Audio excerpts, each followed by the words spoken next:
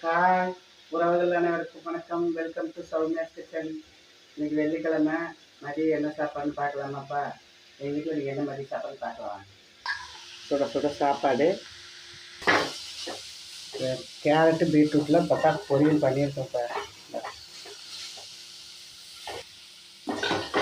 Ready ஆகிட்டுருக்குப்பா. பேக்கிங்காய் பொரியல், தேங்காய் போட்டு பேக்கிங்காய் அப்படியே வறுத்து வச்சுருக்கோம். பாலக்கீரை பருப்பு போடாத கடைஞ்சி வச்சுருக்கோம்ப்பா.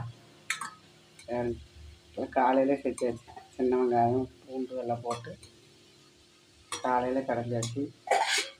மோர் கொஞ்சோண்டு பருப்பு குழம்பு இருக்குதுப்பா. இல்லை